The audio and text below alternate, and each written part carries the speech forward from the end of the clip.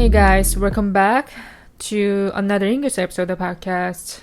If you're a first-time listener of Love Being Alone, welcome. I'm happy to have you. If you're a long-time listener, welcome back and thanks for continued support. How was the intro? It was a bit more welcoming than usual, huh? Anyway, thank you guys for tuning in and I hope you're doing amazing. As you guys know, I've been doing my podcast for over a year now and my show, Love Being Alone, is basically where I talk about whatever is on my mind. I usually pick some various thoughts that have been bouncing around my head, either recently or for a long time, and put them all together and I turn them into an episode. So Love Being Alone for me started as a low pressure place where I could just talk about whatever I wanted, casually. The whole thing is very intuitive, like anything can be a podcast topic. And this amount of freedom puts me in a very comfortable place where I feel like I might be able to maintain this longer than expected.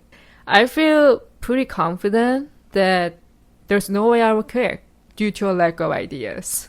You know what I mean? Like my initial thoughts when I just started my podcast was like, I'm not gonna quit just because I run out of things to talk about. At least. And the reason I feel this way is because I've actually experienced before where I quit YouTube for various reasons, including a lack of content ideas. Now, let's put a pin in my podcast for a second and backtrack to my YouTube history, my all-time YouTube history.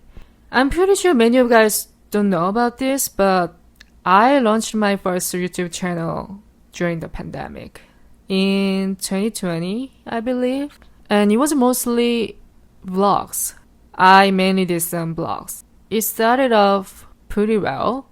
I luckily got brand deals a few months into it and I learned a lot along the way, especially when it came to editing, which was the most time-consuming part of the YouTube process. You know, editing could take more than 30 hours, especially as someone who 9 to 5. It literally takes more than 48 hours. I'm not gonna lie. It's beyond time consuming. But I pushed through it. I just pushed through it because I love doing it. You know, I've actually had this thing with tunnel vision. Like if I get hooked on something that resonates with me, I tend to become overly ambitious and overly invested. So at the time, YouTube was technically my first passion / my first creative outlet. And I began with high hopes, hoping that one day I can turn it into my career. However, it didn't last long, unfortunately. It only lasted about a year. The reason it didn't last so long, the reason why I quickly fell out of love, is because, first, I didn't like the idea of filming myself religiously. The narrative around being a YouTuber is that you have to upload at least once a week, right? Or else you become relevant or never even be blow up. That is, for me, unrealistic. Additionally, I consider myself a very private person.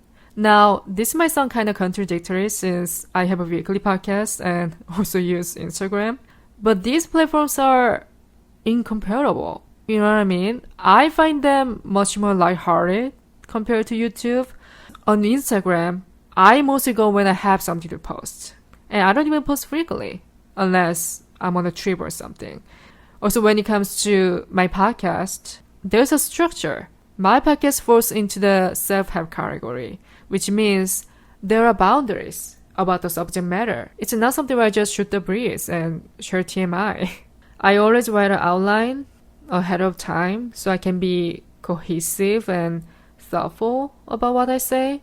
Whereas being a YouTuber, there's a huge pressure to constantly be on camera. So you're sort of in this hamster wheel where you have to upload every week, like upload, film after. That can be very overwhelming. Not to mention, as a 9 to 5, I don't have an exciting daily life.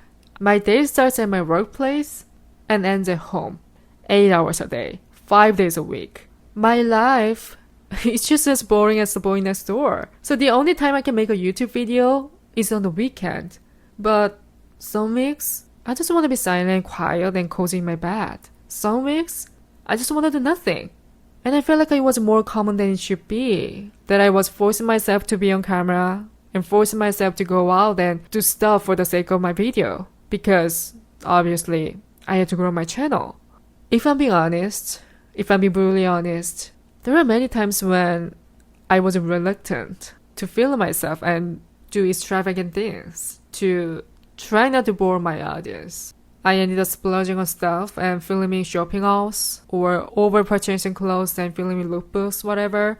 But the majority of the things I've done for the sake of YouTube were not sustainable at all. So I ended up hitting a wall quicker than anticipated. It felt like everything was getting out of my hand. Also, when it comes to safety concerns, the idea of showing your day-to-day life, like most vloggers do, is actually very anxiety-inducing. If you're a daily vlogger, you post your day-to-day life, whether you're going to the grocery store, hanging out with friends, or just working in your neighborhood, whatever. Your privacy is on the line. You know what I mean? I think being on the internet itself is something that you have to live it in fear. I mean, some people find it no big deal. They'd be like, I'll do anything for views. As long as I can stay relevant, I'm willing to give up my privacy. Like, that might work for someone, but it doesn't work for me. And it doesn't work for everyone. And on top of that, I didn't feel myself. I was like, well, this is not me. This is totally against my nature, you know? So that's part of the reason I stopped filming vlogs. I came to the conclusion that I want to keep it something relatively low maintenance and something that I can maintain with less pressure. That's when I came with the idea of a podcast. The way that I get to communicate with people who want to listen to me talk is through my podcast, which for me is a much more comfortable environment. Like me sitting here and talking into a microphone doesn't frighten me necessarily because it's not a security risk, right? I can record my podcast at any given moment, any time of the day, no matter what I look like. I'm in the comfort of my couch or my bed and no one can see me. I'm just talking. So the podcasting in general, I see this as a sustainable entertainment. I can see myself that I'm able to do this in the long run, unless I'm lost my interest whatsoever. So all of this to say, I'm not the only YouTuber who has started creating weekly videos and decided to do a podcast or create all together, you know? There were times when I was beating myself up and felt guilty for giving up something, but I'm not the only one who's done that, right? There are probably gazillions of YouTubers who have had to do that, and I think what really comes down to is that you don't need to feel guilt about something you fail at. Failure is okay as long as you learn something along the way. So to wrap up my YouTube story, I usually try to stay away from the definite answers for the most part, but I don't think I'm ever going back to daily vlogging. However, I'm open to making a vlog occasionally when I'm on a trip or have special moments to document. I probably do that, but for now, I don't see myself returning to weekly vlogging. Uploading a podcast episode weekly, like I'm doing right now, is my best limit. And I also find that doing things that I can hold myself accountable for is the best policy. Now, let's turn to my podcast, because I also have some personal dilemmas that I'm chewing on regarding it. I mean, don't get me wrong.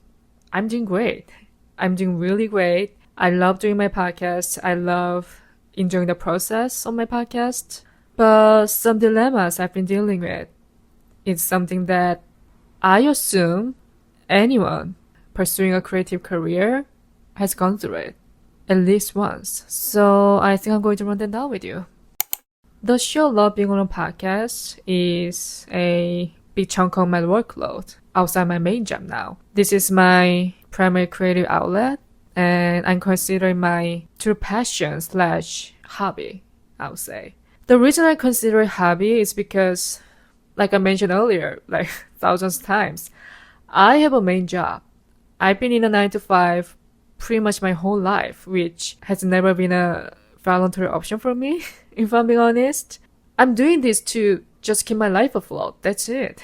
Now, a career or a job, that's something which you don't necessarily choose to do it in your free time, right? You're doing it because it helps you make a means of income. A career is a means to live your life, or we could say just pay your bills. That's pretty much it. And another reason for that is I have never profited from my creative outlets. I never received the income from it. Obviously, I would love to be able to profit from it at some point because I'm putting my work into it and time into it, and it'd be nice to have it be a part of my income, right? Obviously. But turning your passion into a main job, or even just monetizing your passion for the matter, is not as easy as it sounds. It's actually extremely tough. It's not an overnight thing, right? I bet many creators can relate to it. I mean, who doesn't want to pursue their passion and profit from it? Who doesn't?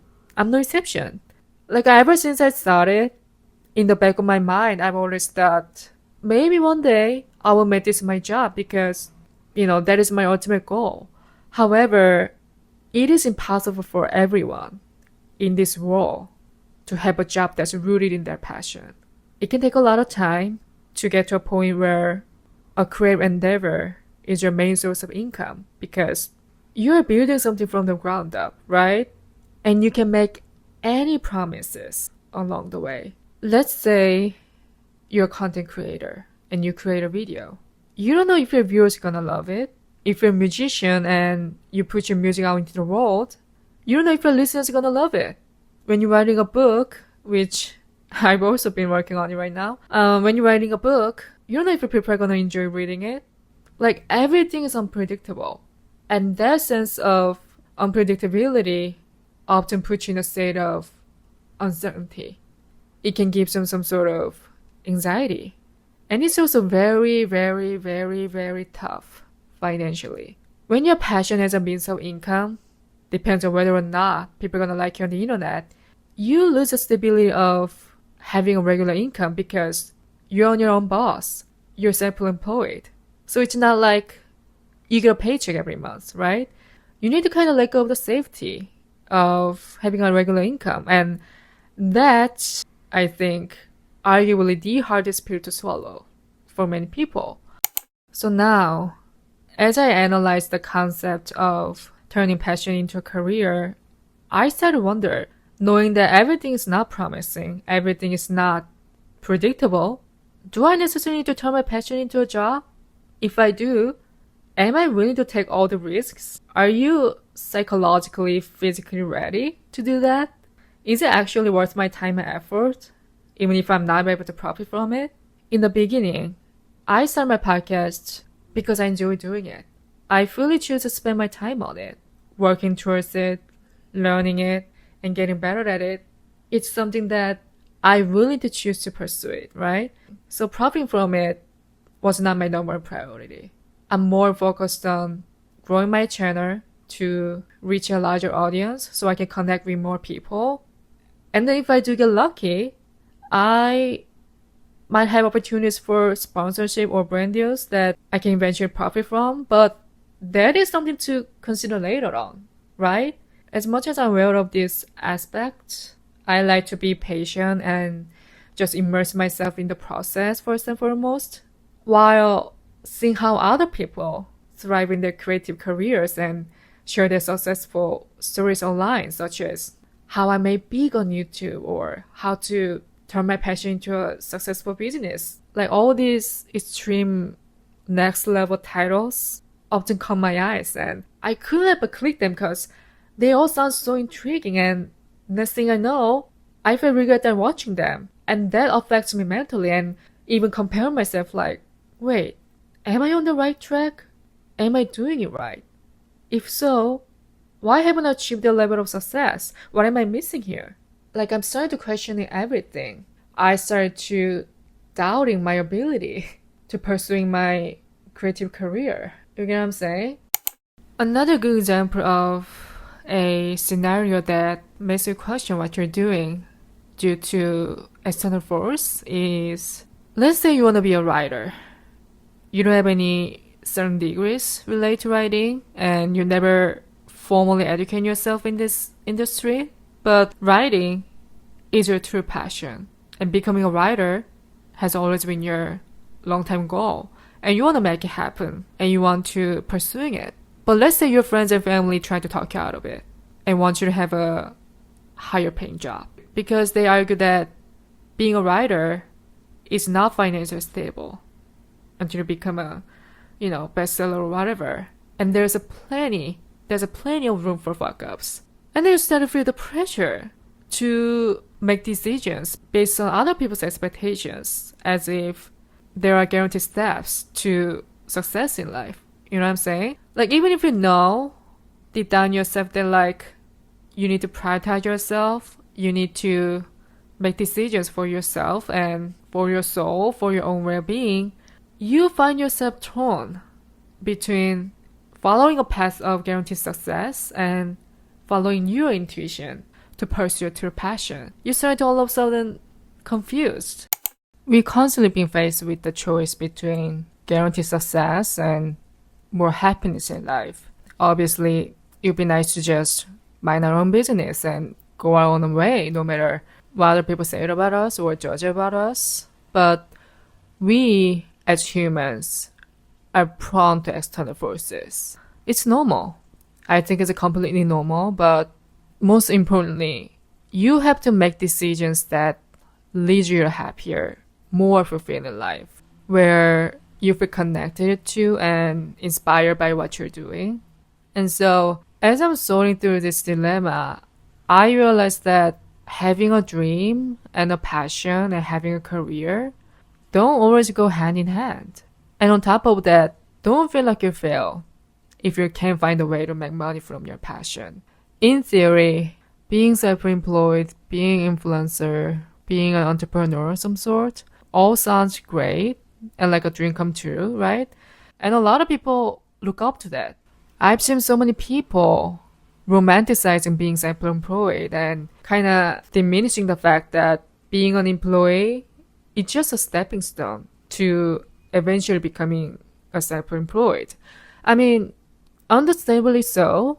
There's times where I looked at it like that as well. In fact, a lot of people don't really like to feel like below somebody, right? But I don't think being self-employed is something that needs to be seen as the peak of success. And I don't think being unemployed needs to be seen as a bad thing. I think that you can live a very happy life working for somebody else and then disconnecting after work and using all your free time to live a happy life that allows you to pursue your passions in a low-stakes way, like I'm doing right now.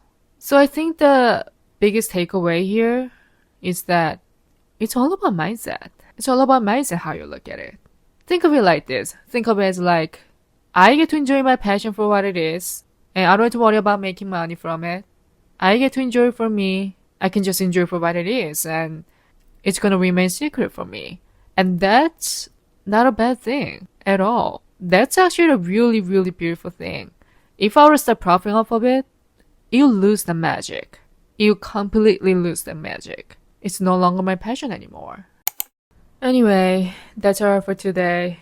Thank you guys for listening, and thank you guys for supporting the podcast and coming back every week and listening and hang out with me. I'm just immensely grateful that I found out podcasts and got into this space. This is truly my favorite way to connect with you, and I love talking to people, and I love breaking down topics and discussing them. That's one of my favorite things to do in life. So the fact that I'm able to do this on this podcast and you guys want to listen is the most awesome thing. So I couldn't be more appreciating you guys, and I'm just really excited to lean into the podcast for another year and see how far I can take it. Why not? Let's see. Anyway, thank you guys for listening. New episodes every Thursday of Love Being Alone. New English episodes every month of Love Being Alone with Lynn. Follow me on Instagram at YEXLINX. Follow Love Being Alone Instagram at Love Being Alone by Lynn. Hope you enjoy the rest of the day.